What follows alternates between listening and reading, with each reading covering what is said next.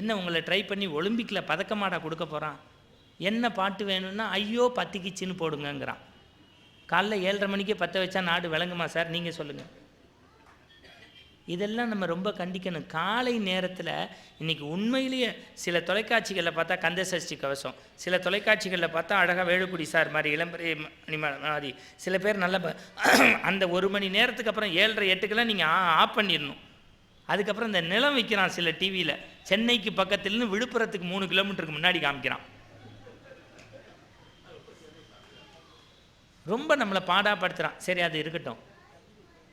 இப்போ கந்தசஷ்டி சொன்னேன்னு இப்போ கண்ணப்ப நாயனாருக்கு வந்துடுறேன். இது தின்னப்பனாக இருந்தான். அவன் புள்ள வளர்ந்துட்டான். புள்ள வளர்ந்தோன்னே அப்பா சொல்லிட்டான், டே இன்னமே வேட்டைக்கு போகிறது நான் இல்லைன்னா. அவன் தான் அப்பா. ஒரு ஸ்டேஜ் ஆயிடுச்சுன்னா அடுத்த விஷயத்தை, ஏன்னா தசரதன் அப்படி இருந்தான். நரமுடியை பார்த்தோன்னே உடனே இவன் சொல்லிட்டான், இன்னமே நமக்கு இல்லை அடுத்த ஆளுக்கு பட்டாபிஷேகம்னா. ராமாயணத்தை நீங்கள் அப்படி தான் பார்க்கணும், வாழ்வியல் நோக்கத்தோடு பார்க்கணும். இப்போ நீங்கள் பெரிய புராணத்தை பாருங்கள், அழகாக இவன் என்ன பண்ணிட்டான், நானன் தான் பையன் தின்னப்பனை கூப்பிட்டு அவருக்கு துணையாக இருந்த காடனையும் நானனையும் கூப்பிட்டு இன்னமே வேட்டைக்கு நான் வரல இவனை கூட்டிகிட்டு போனான். இவன் வேட்டையாட போனான். வேகமாக ஒரு பன்றி போச்சா, அம்பை விட்டு எறிஞ்சான். வேகமாக ஓடினா தாகம் எடுக்கும், இது மரபு. தண்ணி வேணும், காட்டுக்குள்ளே எங்கே போய் தண்ணி குடிக்கிறது? எல்லாத்தையும் கேட்டான். அவன் சொன்னான், அதுவும் அந்த பொன்முகலியை ஆறுன்னு ஒரு ஆறு இருக்குது, அங்கே போய் தண்ணி குடிக்கலாம்னா. அந்த பொன்முகலியை ஆறு நோக்கி போகும்போது நடுவில் உலகத்தினுடைய மிக பெரும் கடவுளாக அத்தனை விஷயங்களையும் உருவாக்கி காக்கக்கூடிய குடுமித்தேவருங்கிற சிவபெருமான் ஒரு சிவலிங்கம் மாதிரி தனியாக அந்த வனாந்திரகத்தில் இருந்தார். இவர் யாருன்னாரு, இவர் தான் எம்பெருமான்னாரு. அவரை நோக்கி போகும்போது உரையாசிரியர்கள் எழுதுகிறாரு, அவருடைய உடம்புல ஒரு பெரிய ரசாயன மாற்றமே வந்துச்சான். இவர் யார்றானா, இவர் தாண்டா குடுமித்தேவர்னாரு. அப்படியே கிட்டையே போனான். ஐயோ காட்டில் தனியாக இருக்காரே, புலி சிங்கம்லாம் வருமேன்னு சாமியை கெட்டியாக கட்டி பிடிச்சிருக்கான். இந்த வந்த 2 பேர்த்தையும் சொல்லிட்டான், நான் இன்னமே வரமாட்டேன், நீங்கள் போங்கன்ட்டான். இதில் என்ன ஹைலைட்டுனா, இது வரைக்கும் அன்பு பண்பு பாசம் நேசம்லாம் இவனுக்கு தெரியாது. சூரியன் உதிச்சது, ஐயோ நம்ம குளிக்கணுமே, அது மாதிரி சாமி என்னடா பண்ணுவார், நேராக பொன்முகலிக்கு ஆறுக்கு போனான். தண்ணி எடுத்தான், வாயில் வச்சுக்கிட்டான். உமிழ்நீர். பக்கத்தில் இருந்த ஒரு மலரை எடுத்து தான் தலையில் வச்சான், சூடிய மலர். இங்கே நான் அப்படியே நிறுத்துகிறேன், அப்படியே நீங்கள் வைணவத்துக்கு வாங்க. ஆண்டாள் எல்லாரையும் விட மிகப்பெரிய கெட்டிக்காரி என்னன்னா, சூடி கொடுத்த சுடர்மகள். கடவுளே வந்து அக்செப்ட் பண்ணிட்டா. ஆழ்வார்கள் எல்லாரும் பெருமை பெற்றவர்கள் தான். ஆனால் எங்கள் குலசேகர ஆழ்வார் தான் எப்படி தெரியுமா, படையேடாய் ஆகேனோ, பார்க்குவளை ஆகேனோ, தொட்டு விரல் தொட்டரலும் சுண்ணாம்பு ஆகேனோ, மிதியடியாய் ஆகேனோ, நாற்காலி ஆகேனோ, எது வேணும் ஆகேனோன்னா. என்னடாண்ணா, நாராயணா நீ உட்கார்ற சேராக இருக்கக்கூடாதா, நீ போடுற செருப்பாக இருக்கக்கூடாதா, நீ சொல்கிற சுண்ணாம்பாக இருக்கக்கூடாதா? சாதாரணமாக வேண்டியிருக்கான். அதனால தான் குலசேகர ஆழ்வாருக்கு தனி பெருமை.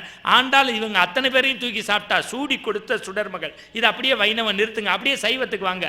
சூடிய மலர், அப்படியே பன்றி இறைச்சி, அதை நெருப்பில் காமிச்சு பல்லில் கடிச்சு தொன்னையில் வச்சுக்கிட்டான். உலகத்தின் பரம்பொருளுக்கு உமிழ்நீரை துப்பினா, சூடிய மலரை வச்சா, இறைச்சியை வச்சு சாப்பிடுனா. எத்தனை நாள்? 5 நாள். இவர் பண்ணி போன 1/2 மணி நேரத்தில் ஆகம முறை தெரிஞ்ச சிவகோசிரியாருங்கிறவர் வந்து என்ன பண்ணுவார், ஐயோ உன்னுடைய சன்னிதானத்தில் இப்படி உமிழ்நீரா, சூடிய மலரா, இறைச்சியா, இது முறையா, இது தர்மமா, இது நீதியா, நியாயமானு கடுத்து புரண்டு அழுது என்னென்னமோ செஞ்சிருக்கார். 5 நாள் இவர் செய்ய, அவன் செய்ய. 5ஆவது நாள் ராத்திரி எப்படி பூசலாருக்காக மன்னனும் கனவுல போனாரோ, இப்போ நம்முடைய கண்ணப்பருக்காக நேராக இவன் கனவுல போயிட்டார். யார்? சிவகோசிரியார் கனவுல. சிவகோசிரியாருக்கு கோபம். ஆகம முறை தெரிஞ்சு காலங்காலமாக நான் செய்கிறேன், எனக்காக வராமல் யாருக்கோ ஒருத்தனுக்காக வராறேன்னு இப்படி முழிச்சு நம்ம அழகாக ஆடிட்டர் மாதிரி கண்ணை தொடச்சி இப்படி பார்த்துருக்கார் சிவகோசிரியார்.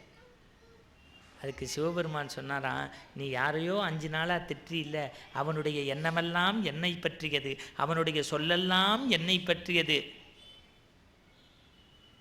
அவனுடைய ஒவ்வொரு செயலும் அங்கம் அணுவாக இரத்தம் நாடியுமாக எல்லாமே என்னை பற்றியது, அவனுடைய அன்பு எப்படிப்பட்டதுன்னு நாளைக்கு மறைந்திருந்து பாருன்ட்டான். என்னடா நம்மளோட ஒருத்தன் சாமி பூஜையில் கெட்டிக்காரனா? அப்படி என்னடா வேதம் படிச்சுட்டான்? அவன் எந்த வேத பாடசாலையிலடா படிச்சுட்டான்? பாவம், அவனுக்கு வேதம்லாம் ஒன்றும் தெரியாது. வேட்டையாடுவான், ரத்தத்தை எடுத்து உடம்புல பூசிப்பான். அது அவனுக்கு வேடிக்கை இல்லை, வாடிக்கை. மறுநாள் சூரியன் உதித்தது. அப்படி போய் மறைந்திருந்து பார்க்குறார் சிவகோசிரியார். நம்மால் கொண்டு வந்து உமிழ்நீரை துப்பினா இறைச்சியை வச்சான், சாப்பிடு இறைவான்னா. உலகத்தின் பரம்பொருள் கண்ணுலேருந்து குருதி வந்துருச்சு. இரத்தத்தை பார்த்து ஆனந்த கூத்தாடுவான் நடராஜ பெருமான் மாதிரி தின்னப்பன். ஆனால் எம்பெருமான் கண்ணுலேருந்து ரத்தம் வருதுன்னு துடிச்சிட்டு ஐயோ என்ன செய்கிறதுன்னு தெரியல. அறிவு வேலை செய்யாதவன் பாவம் அங்கே இங்கே ஓடினா என்ன பண்ணுறதுன்னு தெரியல. அப்புறம் ஒன்றே யோசனை வந்துச்சு, நம்ம வேட்டையாடிட்டு காயங்களோட வீட்டுக்கு போனால் அம்மா பச்சைலையை போடுவாளேன்னு சொல்லி பச்சைலையை கசக்கி அப்படி ஊத்துறான், நிற்கலை. அப்புறம் இதுவரைக்கும் அறிவே வேலை செய்யாத கண்ணப்பனுக்கு வேலை செய்து என்னன்னா ஊனுக்கு ஊனே உறுதுணைன்னு சொல்லி அம்பை எடுத்து கண்ணை நோண்டி கண்ணில் வச்சான். இது கூட ஹைலைட் இல்லை, சந்தோஷப்பட்டு அப்படி பார்த்தான். இடது கண்ணிலேருந்து இப்போ குருதி வந்துச்சு. இந்த கண்ணை கொடுத்த போது இந்த கண்ணால் பார்த்தேன், இப்போ இந்த கண்ணு உனக்கு தானேன்னு அப்படி எடுக்க போகும்போது இன்னொரு தடவை அறிவு வேலை செஞ்சது.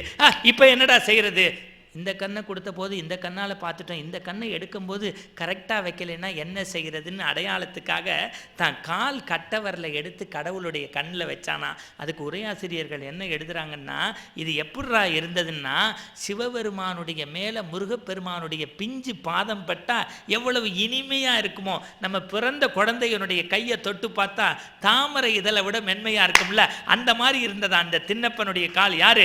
வேட்டுவ குலத்தில் பிறந்தவன், அன்பு பண்பு பாசம் தெரியாதவன், ஆகமம் உரை தெரியாது, அவனுக்கு சிவ ஆகமம் தெரியாது. ஆனா உள்ளம் மட்டும் தூய்மையாக இருந்தது. கண்ணை வச்சான், அம்பை எடுத்தான், கண்ணை எடுக்க போனான். இப்ப பார்வதி ஓங்கி ஒரு இடி இடிச்சா. அம்மா இடிச்சாதான் ஐயாவுக்கே நாட்டில் தெரியும் எதுவும். நான் சொல்றது பெரிய புராணம்.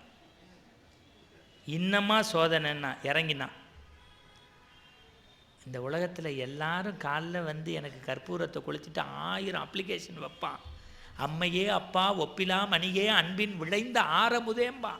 எல்லாருக்கும் நான் ப்ராப்ளத்தை சால்வ் பண்ணுவேன், சாக்கோப் சார் மாதிரி நான். ஆனால் என்னைய நான் யாரடா அப்பான்னு சொல்கிறதுன்னு நினச்சேன். நீ தின்னப்ப நல்லடா, கடவுளுக்காக கண்ணையே தந்தியே, நீ தானடா கண்ணப்பன், நில்லு கண்ணப்ப நில்லு கண்ணப்பன்னு சொல்லி வேட்டுவ குலத்தில் பிறந்த குகன் ராமனிடத்தில் எப்படி இணைந்தானோ அது மாதிரி வேட்டுவ குலத்தில் பிறந்த தின்னப்பன் இதோ எம்பெருமான் சிவனுடைய இடப்பக்கம் நின்று கண்ணப்பனாக மாறினான் என்றால் பக்திக்கு அடிப்படை வேதமும் ஆகமமும் தேவைதான். அதைவிட தேவை மன தூய்மைதான் என்பதை நீங்கள் ஆழமாக அழுத்தமாக தெரிந்து கொள்ளுங்கள். இப்போ என்ன விஷயம் பார்த்துருக்கோம், கோவிலுக்குள்ளே எப்படி வரணும், குளிச்சுட்டு சுத்தமாக வரணும், சாமிகிட்ட என்ன கேட்கணும், கும்பாபிஷேகம்னா என்ன, தாய் தந்தையை எப்படி மதிக்கணும், சகோதர பாசமாக இருக்கணும், நம்ம சமயம் ரொம்ப உயர்ந்ததுன்னு நினைக்கணும், கடவுள்கிட்ட அது வேணும் இது வேணும்னு கேட்கக்கூடாது. அதை விட ரொம்ப சுத்தம் காசு பணத்துக்கு மட்டும் இல்லை, உண்மையான அன்புக்கும் இறங்கி வருவான்.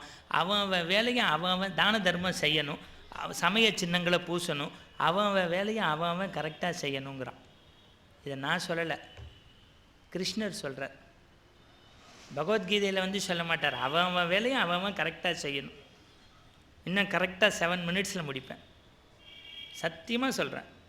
கோடி ரூபா கொடுத்தாலும் நாளைக்கு நான் இங்கே வர முடியாது, நீங்கள் இங்கே வச்சு நடத்த முடியாது, வேறு யாராவது வரணும். ஆனால் இந்த மாதிரி நல்லா கேட்குறவங்கள்ட்ட நல்ல விஷயம் சொல்லாமல் போனால் தூக்கம் வராது. அதுக்கு ஒருத்தர் சொல்கிறார், அதுக்காக எங்கள் தூக்கத்தை யாரா கெடுத்தேன்னு. நான் நீங்கள்லாம் கோச்சு கூப்பிடாது, நான்லாம் கோடி பேருக்கு முன்னாடி பேசினவன். முந்தா நேற்று நம்ப மாட்டீங்க, ராமநாதபுரத்தில் கோடி பேர் உட்காந்துருந்தான். பேச்சுக்கு 30,000 ரூபா, பெரும் கூட்டம். இந்த மாதிரி ஒரு செட்டியார் தான் ஏற்பாடு, 2 பேர் தான் உட்காந்துருந்தாங்க. என்னங்கண்ணே, ஒருத்தன் புண்ணிய கோடி, இன்னொருத்தர் தனக்கோடி, நீங்கள் பேசுங்கன்ட்டார். சில ஊரில் 10 பேர் நம்மளே உத்து பார்ப்பாங்க. நான் கூட ஆர்வமாக கேட்குறாங்களான்னு பேசிகிட்டு இருந்தேன். கடைசியாக ஒருத்தர் எந்திரிச்சார், போதும்யா நீ பேசுகிற இடம் தான் ஏன் நாங்கள் படுத்து தூங்குறது, சீக்கிரம் முடியும், அதுக்கப்புறம் நாங்கள் படுக்கிறோம்னா. அதுக்காக நம்மளே யோசிச்சு பேசிடக்கூடாது. அவன் வேலையை அவன் செய்யணும். என்ன உலகத்தில் எல்லாரும் உங்களுக்கு தெரியும், கடவுள் அவதாரங்கள்லேயே மாய லீலைகள் பண்ணுறவன் கிருஷ்ண பரமாத்மா. யசோதை என்ன பண்ணுவா, டெய்லி மத்துன்னா தெரியுமா, மத்து பானைன்னு ஒன்று உங்கள் லேடிஸ்க்கெலாம் தெரியும் இல்லைம்மா. இப்போ வெள்ளை பூண்டே உங்களுக்கு தெரிய மாட்டேங்குது, எங்கள் ஆளுகளுக்கு தான் தெரியுது. இந்த ரசத்துக்கெல்லாம் வைப்பாங்கல்ல. ஆனால் உங்களை சொல்லிலாம் தப்பே இல்லைம்மா,